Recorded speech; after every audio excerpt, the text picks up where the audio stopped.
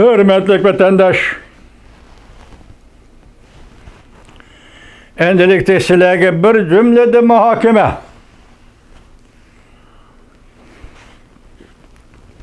Biz başta aytgandek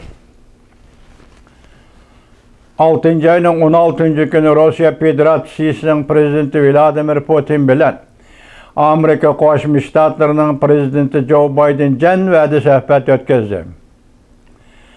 Bu suhbat o'tkazgan chaqda axir xulosa chiqarganda deyilgan ediki, biz yana ko'rishimiz, yana suhbatlashimiz dedi.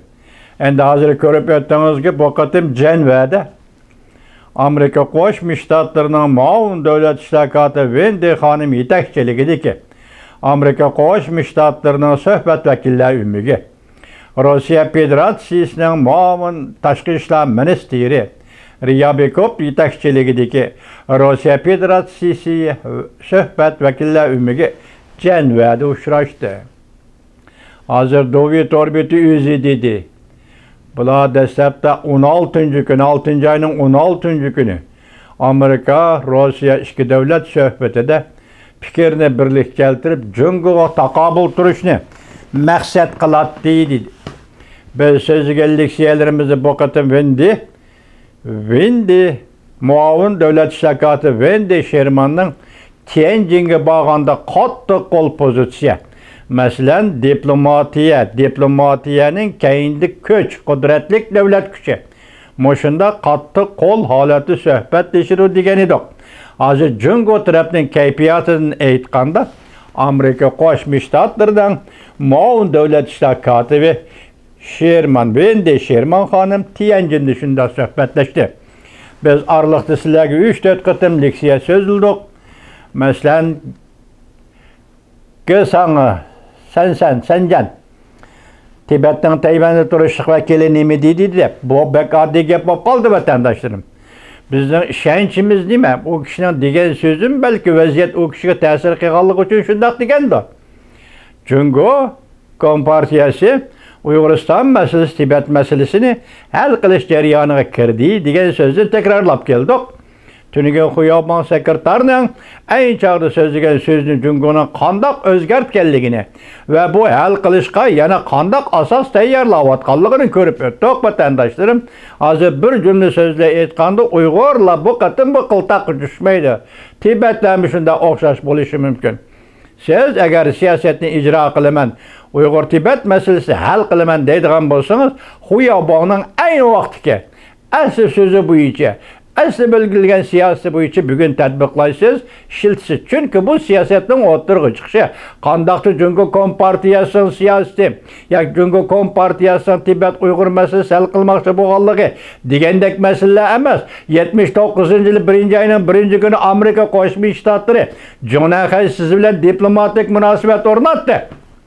Shuningdek, millat masalasi qanday qilasan degan ish bo'yicha Xuyabon sekretar Xuyabon 80-yili 5-ayning 23 gün Tibet'te yuqorqidagi siyosatni belgiledi ve uning keyinda qaytiblar Urumchiga, Uyg'uristonga berib, ham shundaq siyosat belgiledi. Bu yerda bu siyosatning belgilanishida bir ko'langi, bir soyi bor. O bo'lsa Amerika Qo'shma Shtatlarining ko'langisi, Amerika Qo'shma Shtatlarining soyisidir. Shuning bilan sekretar Xuyabonning siyosati o'tirg'i chiqqan edi. 40 yil o'tdi. Yenib oldi, dajib oldi, qo'shqinga o'ltirib oldi. Amerika Qo'shma Shtatlari mushu masala bo'yicha 40 yil elishib keldi. Amerika Qo'shma Shtatlari 40 yil besim ishlatdi. Bugun siz hammani angladingiz vatandosh, endi besimni eng yuqori chekka ko'taradigan vaqt.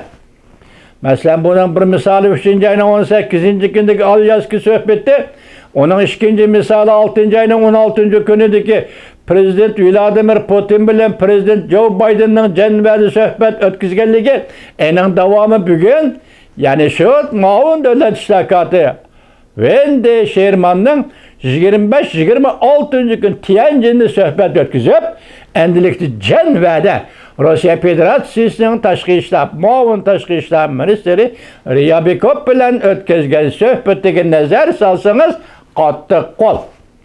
Arlık diyeni bir cümle kısıra hürmetlik vatandaş. 6. ayının 20. gün isinizdi mi? Aksaray Devlet Bexatarlığı məsləhətçisi Jack Sullivan ne dedi? Ultimatum. Belki sana biz en ahırkı ultimatumunu tapşırdığı vakit kıstap kilovatırdı dedi. Ultimatum. Bunu her gün unutup kalmanlar cuma vatandaşım. 6. ayının 20. günü. İsimladı bolsa.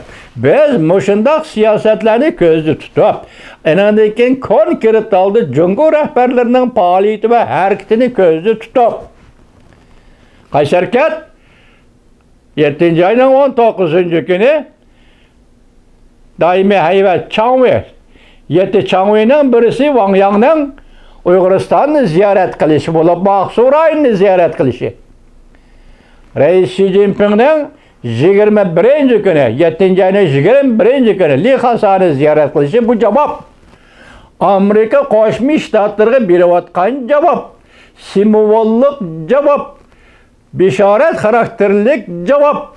Mana biz sizlarning gapinglarni angladik, mush yo'l qadam tashladik deydigan cevap. Mana mushuning asoslanib biz oxir qanday xulosa chiqardik mush harakatlar to'g'risida. Yani özümüzge özemçilik bilen berilgen baha ve yaki subjektif hüküm bolup kalması için biz bu arlıkka vatandaş Tibetlerine Tayvan turistlik vekili Gülsan Sencen'nin sözünü kıstadık vatandaşım. Bugün bana önde gördüğümüz Cenve'de Amerika Qo'shma Shtatlarının muavin tashkiloti Vendi Sherman shundaqla Rossiya Federatsiyasining muavin tashqi ishlar ministri Ryabkov suhbatga o'ltirdi. Prezident Joe Biden baho berib nim dedi? Men umidlik bo'ldim, umidlik suhbat bo'ldi dedi. Bu oxirlashdi.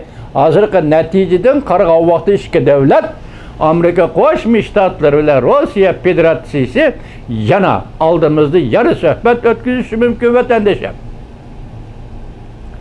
Biz tuniga nim dedik? Xosiyatlik 7. ay, shundaqla xosiyatlik, eng jangovar hisoblangan 6. ay. Endi oldimizdagi yana shunda xosiyatlik 8. ay. Yuqumliq virusning manbini tekshirish 8. ayning oxirlashidir. Chunki prezident Joe Bidenning bergan muhlat cheki 8. ayning oxiri 31. kuni oxirlashidir vatandaşım. Vaziyat mana shundaq keldi vatandaşım. Endi Cumhuriyet'nin pozitsiyasi qandaq bo'ladi? Masalan, hozircha Uyg'uriston masalasi bilan Tibet masalasi bo'yicha Cumhuriyet'nin keyingi pozitsiyasi qandaq bo'ladi? Ya'ni siz bilan biz Allah ömrümüzü berse bu işlağa şahit bulunmaz, hürmetli vatandaş.